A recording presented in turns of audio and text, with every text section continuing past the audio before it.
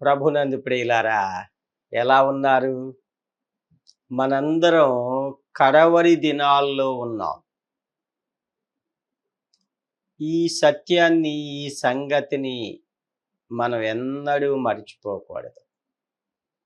దేశం మీద దేశం, రాజ్యం మీద రాజ్యం, యుద్ధాలకి కాలు దువ్వే ఈ రోజులు, కరువులు, భూకంపాలు వచ్చే ఈ రోజులు. ఇలాంటి కడవరి దినాల్లో మనం ఉన్నాం. ఈ కడవరి దినాల్లో ఉన్నప్పుడు ముందు జరగబోయే గొప్ప సంఘటన ఏమిటంటే, పరిశుద్ధులైన సంఘం ఎత్తబడుతుంది. ఇదే మనం తెలుసుకోవలసింది. దేవుని బిడ్డలు, పరిశుద్ధులు, ఈ లోకంలో యేసు ప్రభు రక్తములో కడుగబడిన వారందరూ ఎత్తబడతారు. రండి, దేవుని యొక్క వాక్యాన్ని మనం చదువుదాం. మొదటి దెస్సలోనీయులకు రాసిన పత్రిక 4వ అధ్యాయం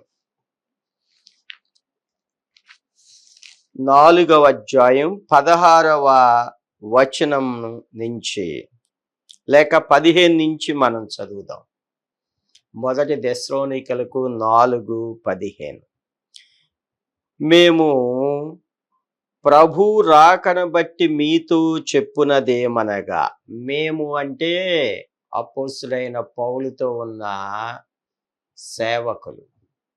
మీతో చెప్పునదేమనగంటే దెస్సలోనిక సంఘంలో ఉన్న పరిశుద్ధులు. సంఘంలో మన దృష్టిలో వచ్చేవారందరూ సంఘమే, కానీ దేవుని దృష్టిలో అందరూ సంఘం కాదు. యేసు రక్తంలో కడుగబడి పరిశుద్ధులుగా తీర్చబడిన వారు, పరిశుద్ధులుగా జీవితాన్ని కొనసాగించేవారు మాత్రమే సంఘం. మీతో చెప్పునదేమనగా, ప్రభు రాకడ వరకు నిలిచియుండు మనమంటే మళ్ళీ సంఘమే, నిద్రించిన వారి కంటే ముందుగా ఆయన సన్నిధి చేరము. ఏమొస్తాయి? 3 శబ్దాలు వస్తాయి. ఈ 3 శబ్దాలు లోకస్తులకి తెలియదు, దేవుని బిడ్డలకే తెలుస్తాయి. ఏమిటి 3 శబ్దాలు? ఆర్భాటముతోనూ, ప్రధాన దూత శబ్దముతోనూ, దేవుని బూరతోనూ పరలోకము నుండి ప్రభువు దిగివచ్చును. ఆర్భాటముతో ఒక శబ్దం, ప్రధాన దూత శబ్దముతో ఒక శబ్దం, దేవుని బూరతో ఇంకొక శబ్దం. ఎలా వస్తాడు? పరలోకము నుండి ప్రభు దిగి వస్తాడు. ఆయన మధ్యాకాశానికి వస్తాడు, భూమి మీదకి మొదటగా రాడు. కొందరు సేవకులు దీన్ని రహస్య రాకడ అన్నారు. నిజమే, ఆయన పరలోకము నుండి ప్రభువు దిగి వచ్చును. మొదటగా ఆయన గొర్రె పిల్లగా వచ్చాడు. లోక పాపమును మోసుకొని పోవు దేవుని గొర్రె పిల్లగా వచ్చాడు. రక్షకుడిగా ఈ లోకానికి వచ్చాడు. మానవుడిగా ఈ లోకానికి వచ్చి మన పాపములన్నీ భరించి, మన శిక్షను భరించి, మన పాపములకు సదాకాలము నిలుచు ఒక్క బలిని ఆయన సిలువలో ఆయన అర్పించి, తన్ను తానే అర్పించుకుని, ఆయన మన కోసం మరణించి, సమాధిని మరణాన్ని జయించి, తిరిగి లేచి 40 దినాలు 11 సార్లుకి ప్రత్యక్షమయ్యి, ఆయన మరలా అందరూ చూస్తూ ఉండగా ఆరోహణమయ్యాడు. ఇది ప్రభు యొక్క మొదటి రాకడ. మరి రెండవ రాకడ ఏమిటి? రెండవ రాకడలో ఉన్న మొదటి దశ ఇది. క్రీస్తు ప్రభు దేవుని బిడ్డల కోసం, ఆయన సంఘం కోసం, ఆయన మన కోసం సమర్పించుకొని మనలను పరిశుద్ధులుగా చేసిన సంఘం కోసం ఆయన వస్తాడు. ఎలా వస్తాడు? ఆర్భాటముతో. ఎందుకని ఆర్భాటముతో? వాయుమండల సంబంధ అధిపతి ఉన్నాడు సైతానుడు. వాడు అక్కడ ఆకాశ మండలములో ఉన్నాడు, ఓడిపోతాడు ఆర్భాటముతో.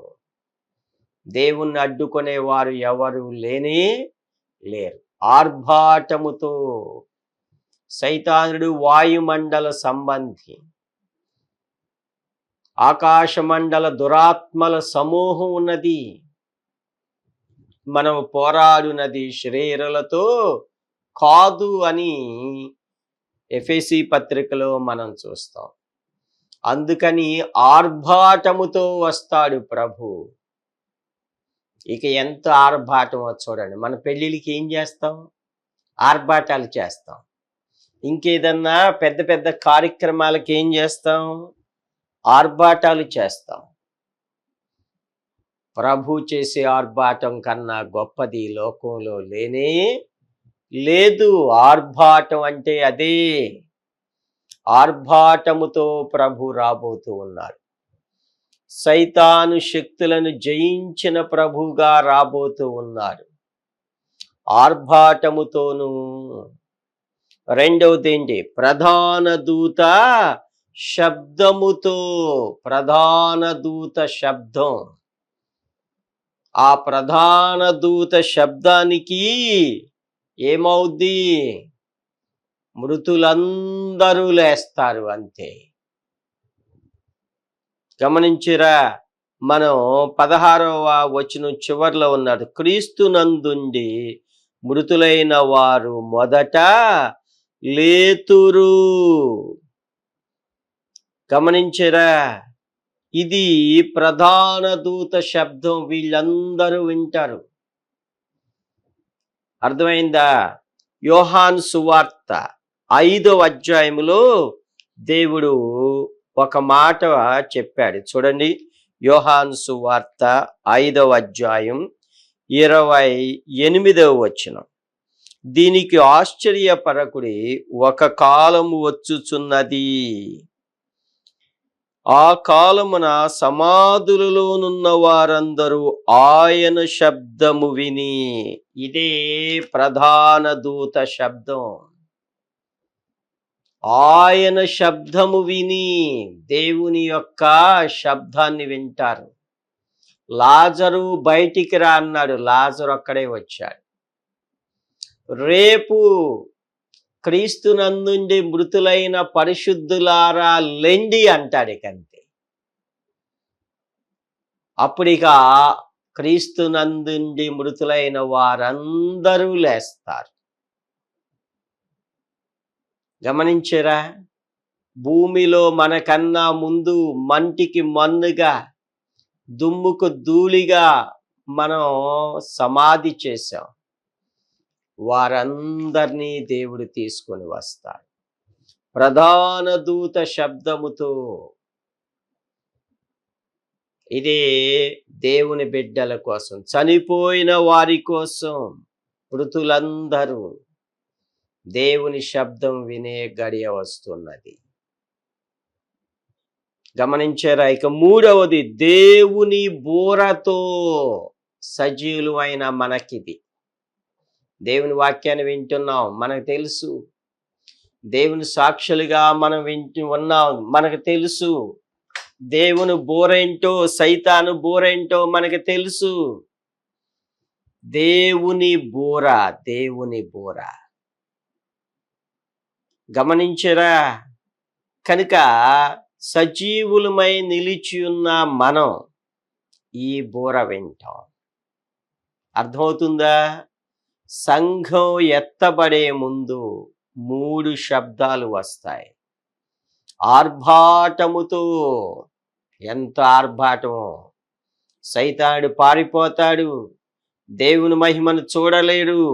ఆకాశ మండలమందున్న దురాత్మల సమూహం చెల్లాచెదురైపోద్ది. ఈ లోకాధికారి ఓడిపోతాడు సైతానుడు. ఇది ఆర్భాటం. రెండవది ప్రధాన దూత శబ్దము. మిఖాయేలు అవ్వచ్చేమో. ప్రధాన దూత శబ్దముతో. గమనించరా? మృతులందరూ లేస్తారు. క్రీస్తునందుండి మృతులైన వారు మొదట. అర్థమైందా? వాళ్ళది మొట్టమొదటి రిజరెక్షన్. అర్థమైందా? వాళ్ళే ముందు లేస్తారు.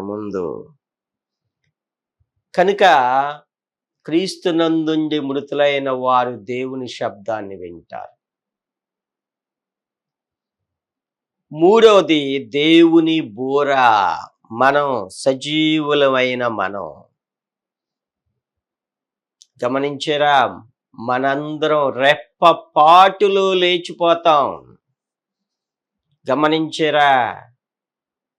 ప్రధాన దూత శబ్దంతో దేవుని బోరకి రెప్పపాటులో లేచిపోతాం. ఎలా లేచిపోతాం? మత్తయి సువార్త 24వ అధ్యాయములో దేవుడు మనకి సెలవిచ్చాడు. చూడండి, 24:40. ఆ కాలమున 2 పొలములో ఉందురు. పొలం అంటే పని చేసుకుంటున్నారు. ఆఫీసులో పనిచేసేవారు, పొలంలో పనిచేసేవాళ్ళు, ఉద్యోగులు, వ్యాపారస్తులు, దేవుని బిడ్డలే వీళ్ళు. అర్థమైందా? పని చేసుకున్న పొలములో ఉందరు. ఒకడు తీసుకొని పోబడును, ఒకడు విడిచిపెట్టబడును. గమనించరా? దేవుని బిడ్డలేమో వెళ్ళిపోతారు, మిగతా వాళ్ళందరూ ఆగిపోతారు.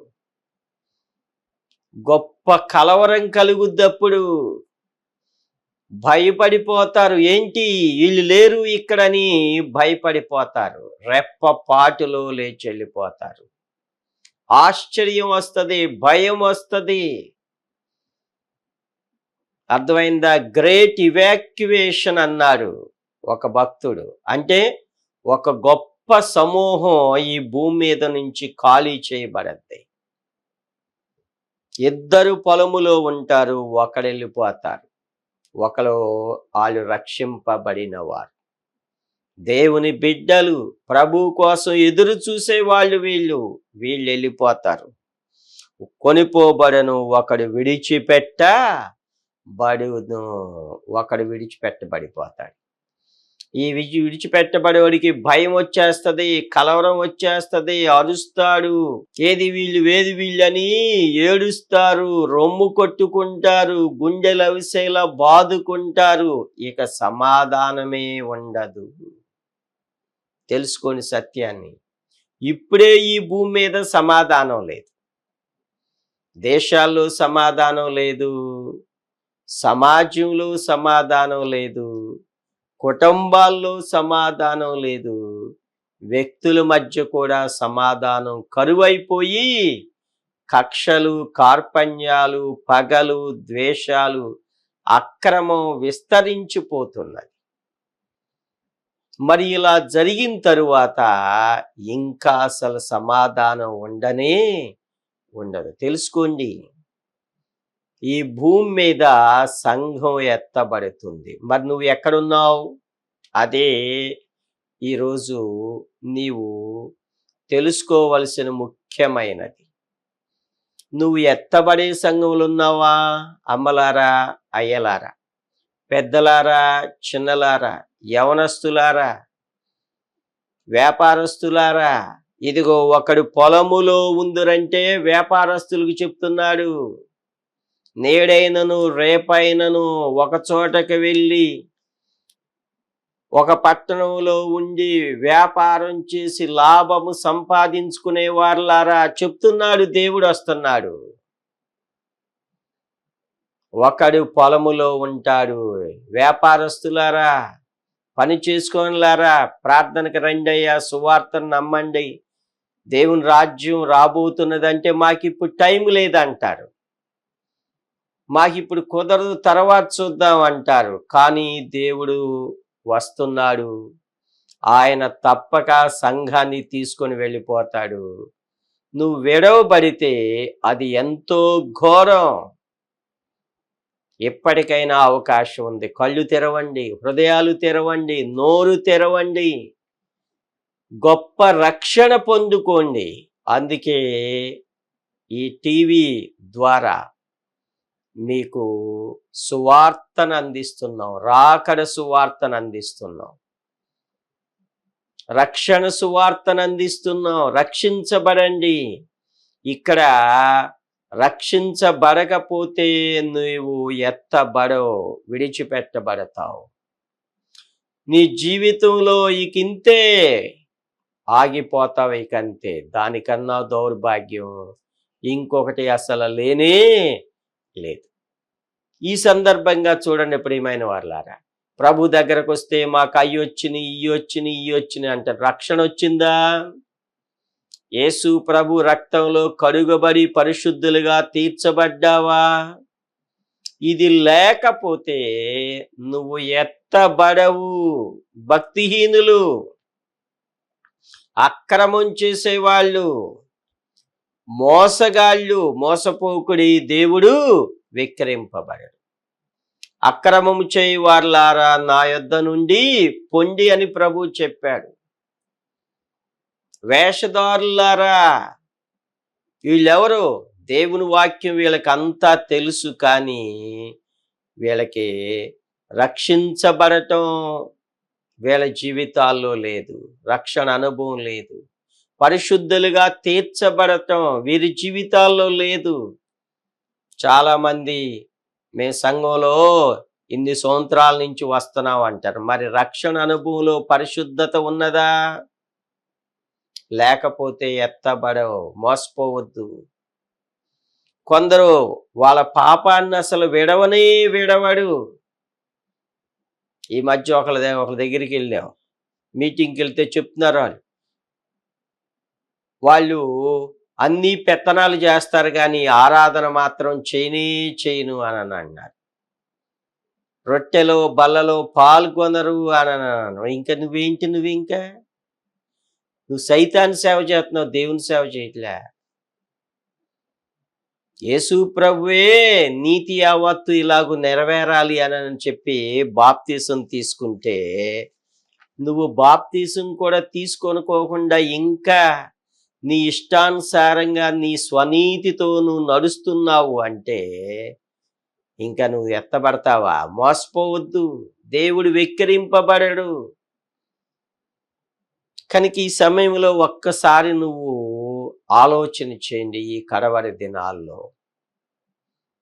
ఎవరు ఎత్తబడతారు? కొందరు పొలములో ఉంటారు, ఇద్దరు పొలములో ఉంటారు, ఒకడు తీసుకొని పోబడతారు. మత్తయి సువార్త 24:41. ఇద్దరు స్త్రీలు తిరగలి విసరుచుందురు. తిరగలి విసరటం అంటే ఆ కాలంలో తిరగలు, ఈ కాలంలో తిరగలు తక్కువ చూసిండ్రు కొంతమంది కూడా. అంటే ఆహారాన్ని తయారు చేయటం. తిరగల విసరి పిండి చేసి రొట్టెలు తయారు చేస్తారు ఆ కాలంలో. మరి ఇప్పుడు తిరగలతో పని లేదు, అన్నీ వచ్చేసినాయి. ఆహారాన్ని తయారు చేస్తారు. ఆహారం. ఇద్దరు స్త్రీలు తిరగలి విసరుచుందురు, ఒకటి తీసుకొని పోబడును, ఒకటి విడిచిపెట్టబడును. గమనించరా? ఆహారాన్ని తయారు చేయటం. ఈ నేటి కాలంలో ఎక్కడికి వెళ్ళినా ఏమండి? హోటల్లే ఉన్నాయి. తినుచు త్రాగటమే, ఇవే ఉన్నాయి. దానికన్నా గొప్పది ఏమిటి? యేసు ప్రభు రక్షించబడటం. ఇద్దరిలో ఒకరు రక్షించబడ్డారు, వాళ్ళు కొనిపోబడ్డారు. ఇకంతే. ఒకరు విడిచిపెట్టబడతారు. ఆశ్చర్యపోతారు, ఏంటి ఇక్కడే వంట చేస్తుందిగా, ఏంటి ఇప్పుడే నా ముందు ఉందిగా, ఏంటి ఇప్పుడే వంటగదిలో ఉంది కదా, ఏది ఈమె? ఆశ్చర్యపోతారు. ఇలాంటిది జరగబోతూ ఉన్నది. మనం కొన్ని విషయాలు చూసి ఎంతో ఆశ్చర్యపోతాం. అంతకన్నా ఆశ్చర్యానికి మించిన ఆశ్చర్యపోతాలు మనం చూడబోతున్నాం. ఏంటి? ఇద్దరు ఆహారం తయారు చేస్తూ ఉంటారు. ఒకరు కొనిపోబడతారు, వీళ్ళు రక్షించబడిన వారు. మరి నువ్వు ఎక్కడున్నావు? రక్షించబడిన జాబితాలో మనం ఉండాలి. సంఘం ఎత్తబడే గుంపులో మనం ఉండాలి. ఎప్పటికైనా ఒక్కసారి ఆలోచించేయండి అమ్మలారా, అయ్యలారా. సంఘం ఎత్తబడబోతున్నది. దేవుడు ఆయన రక్షణ సువార్త అంటే సత్య సువార్త, కృపా సువార్త, మహిమగల సువార్త మీకు వినబడుచుండగా నువ్వు ఎవరివైనా సరే, ఎవరివైనా అంటే ఏ ప్రాంతం వాడివైనా, ఏ జాతి వాడివైనా, ఏ మతస్థుడివైనా, ఏ కులస్థుడివైనా, ఎలాంటి వాడివైనా, ధనికుడివైనా దరిద్రుడివైనా సరే, దాసుడివైనా స్వతంత్రుడివైనా సరే, నువ్వు ఏ వ్యక్తివైనా సరే, నువ్వు గొప్ప రక్షణ పొందకపోతే విడవబడతావు, నాశన మార్గంలో ఉన్నావు. జక్కయ్య గారు ధనవంతుడే, ధనం కన్నా గొప్ప రక్షణ పొందారు. ఆ సత్యాన్ని మనం తెలుసుకోవాలి. ఒక ఆమె ఉంది, పాపాత్మురాలైన స్త్రీ, తెలుసుకున్న సత్యాన్ని, ఇక నేను పాపంలో కొనసాగకూడదు అనుకుంది. కంతే ప్రభు దగ్గరకు వచ్చింది, విశ్వాసిగా సమాధానంగా వెళ్ళిపోయింది. గమనించరా, నువ్వు ఏ పాపంలో బంధించబడి ఉన్నావో ఎప్పటికైనా ఆ పాపంలో నుంచి బయటికి రండి, లేకపోతే విడవబడతారు. ఆ తరువాత మన జీవితాలు ఘోరం, దౌర్భాగ్యం. మనం నమ్ముకున్నది ఏది కాపాడలేవు. గుర్తుపెట్టుకోండి. ఆస్తి, ధనం, డబ్బు, బంగారం, మన ఇల్లు, ఇంకా మన పేరు ప్రఖ్యాతులు, మన హోదాలు, మన పరపతులు, మనం ఏవి మనల్ని ఆదుకోలేవు. కరోనాలో ఎవరన్నా ఆదుకున్నారా? అంతే. రేపు జరిగేది ఇంతకన్నా ఘోరమైంది జరుగుద్ది. ప్రియమైన వాళ్ళ, భూకంపాలు వస్తున్నాయి, ఎవరన్నా ఆదుకుంటారా? ఎవరు ఆదుకోలేరు ఇక. కనుక అలాంటివి జరగబోతున్నాయి. యుద్ధాలు జరిగే దేశాల్లో ఎంత దౌర్భాగ్యత ఉన్నది. కరువు వచ్చిన దేశాల్లో ఎంత ఘోరం, ఎంతగా కరువు తాండవిస్తుంది. మనకు దేవుడు అన్నీ ఇచ్చాడు, అన్ని సౌకర్యాలు ఇచ్చాడు. ఇవన్నీ చక్కగా ఉన్నప్పుడే నీవు ప్రభు వైపు చూడమని దేవుడు ఇచ్చాడు. అవకాశాలు ఎన్నో ఇచ్చాడు, ఎన్నో ఇచ్చాడు, ఎన్నో ఇచ్చాడు. ఇంకా నువ్వు రక్షించబడకపోతే వీటన్నిటినీ జ్ఞాపకం చేసుకుని నరకంలో ఏడుస్తావు, యుగయుగాలు ఏడుస్తావు. సత్యం ఇది, గుర్తుపెట్టుకోండి. ఎందుకని? ధనవంతుడు ఏడ్చాడా లేదా? మనం ఎవరమే అతీతులం కాదు రక్షించబడకపోతే. ఇద్దరు స్త్రీలు తిరుగలి విసరుచుందురు. ఏమవుద్ది? ఒకతే తీసుకొని పోబడును. గమనించరా? ఇంకొక పోలిక కాడ ఉంది. లూకాసు వార్త చూడండి. లూకాసు వార్త 17:34 చదువుదాం చూడండి. లూకాసు వార్త 17:34 ఆ రాత్రి ఇద్దరొక్క మంచం మీద ఉందురు, వారిలో ఒకరు కొనిపోబడును, ఒకరు విడిచిపెట్టబడును. ఏంటి ఇంకోటి? ఇద్దరు ఒక్క మంచం మీద, ఇక మీరెవరో మీరు ఆలోచించుకోండి. రక్షించబడిన వారు మంచం మీద ఉండరు, వెళ్ళిపోతారు. ఏది ఈయన అనుకుంటావు భార్య, ఏది ఈమె అనుకుంటావు భర్త, ఏరి పిల్లలు అనుకుంటావు. నేటి దినాల్లో భార్య రక్షించబడితే భర్త రక్షింపబడటం, భర్త రక్షించబడితే భార్య రక్షించబడతలా. పిల్లలు రక్షించబడితే సండే స్కూల్ ద్వారా, యవనస్తుల మీటింగుల ద్వారా, సాక్ష్యాల ద్వారా పిల్లలు రక్షించబడితే పెద్దోళ్ళు రక్షించబడతలా. ఎప్పటికైనా దేవుడు తలుపులు తెరిసేవించాడు, తలుపునొద్ద నిలుచుండి తట్టుచున్నాడు. రక్షించబడండి, పరిశుద్ధులుగా తీర్చబడండి. యేసు ప్రభు రక్తములు కడుగబడకపోతే, యేసు ప్రభు బలియాగము ద్వారా నీ జీవితం మార్చబడకపోతే, శిలువలో కార్చిన పరిశుద్ధ రక్తం ద్వారా నీ పాపాలకి ప్రాయశ్చిత్తం కలుగకపోతే నీ పాపములోనే చనిపోతావు, నీ పాపములోనే విడవబడతావు, నీ పాపముతోనే నీవు రెండవ మరణం నరకానికి వెళ్ళిపోతావు. ఇంతకన్నా ఇంకా వేరేది లేనే లేదు. ఇద్దరొక్క మంచం మీద ఉందురు, ఒకరు కొనిపోబడును, ఒకరు విడిచిపెట్టబడుదురు. గమనించరా? కనుక యేసు ప్రభు వచ్చినప్పుడు, మధ్యాకాశానికి వచ్చినప్పుడు జరిగేది ఇదే. ఈ దినాలు ఇలా జరుగుతూ ఉండగా, ఈ యుద్ధాలు ఇలా జరుగుతూ ఉండగా, ఈ భూకంపాలు ఇలా జరుగుతూ ఉండగా, ఇవన్నీ క్రీస్తు ప్రభు రెండవ రాకడకు సూచన. మరి సంఘం ఎత్తబడతాకేమిటి? మీరనుకొనని గడియలో మనుష్య కుమారుడు వస్తాడు, దొంగవలే ప్రభు వస్తాడు, వేకువ చుక్కవలే ప్రభు రాబోతున్నాడు. కృపాయుగానికి ఇవి చివరి గడియలు.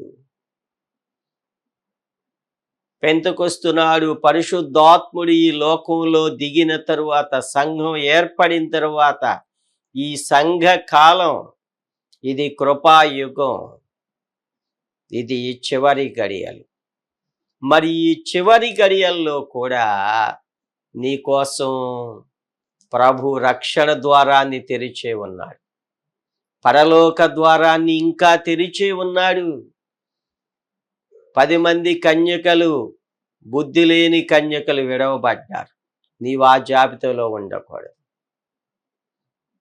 కనుక ప్రియమైన వారలారా, ఒక్క సత్యాన్ని తెలుసుకోండి. ఈ కడవరి దినాల్లో సంఘం ఎత్తబడుతుంది. నువ్వు సిద్ధమా?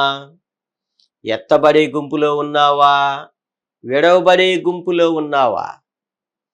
ప్రభు వస్తున్నాడు, ఆయన పరిశుద్ధులను తీసుకుని వెళ్ళిపోతాడు. నా తండ్రి ఇంట అనేక నివాసములు కలవు. ఆయన వచ్చి మనల్ని తీసుకొని వెళ్ళిపోతాడు ఆయన నివాసాలకి. కనుక ఇంకా నీవు నీ జీవితంలో పరిశుద్ధత లేకపోతే, భయభక్తి లేకపోతే, ప్రభు సన్నిధిలో ఆయనను ఆత్మతో సత్యముతో ఆరాధించే అనుభవంలో లేకపోతే నువ్వు ఎత్తబడవు. ఇప్పటికీ దేవుడు అవకాశాన్ని ఇస్తున్నాడు. ప్రభువా, నన్ను ఎత్తబడే గుంపులో ఉంచు, శిలువలో కార్చిన పరిశుద్ధ రక్తములో నన్ను కడిగి పవిత్రపరచునాయనని ప్రార్థన చేయి. ఇప్పుడే ప్రభు నిన్ను రక్షిస్తాడు. శిలువ మీద దొంగవాలే ఇప్పుడే నువ్వు పరలోక రాజ్యములో ఉంటావు. నీ పేరు జీవ గ్రంథంలో రాయబడతే నిన్ను ఆయన బిడ్డగా దేవుడు నూతన పరుస్తాడు. అలాంటి ధన్యత ప్రభు నీకు దయచేయునుగాక. ప్రార్థన చేసుకుందాం. పరిశుద్ధుడా, దయగల తండ్రి, కృప కలిగిన రక్షక, ఎత్తబడే గుంపులోనే అందరూ ఉండునట్లు సహాయం చేసి దయ చూపించమని మా ప్రభువైన యేసుక్రీస్తు నామములో ప్రార్థించి వేడుచున్నాము తండ్రి. ఆమేన్. దేవుడు మిమ్మల్ని ఎత్తబడే గుంపులో ఉంచునుగాక.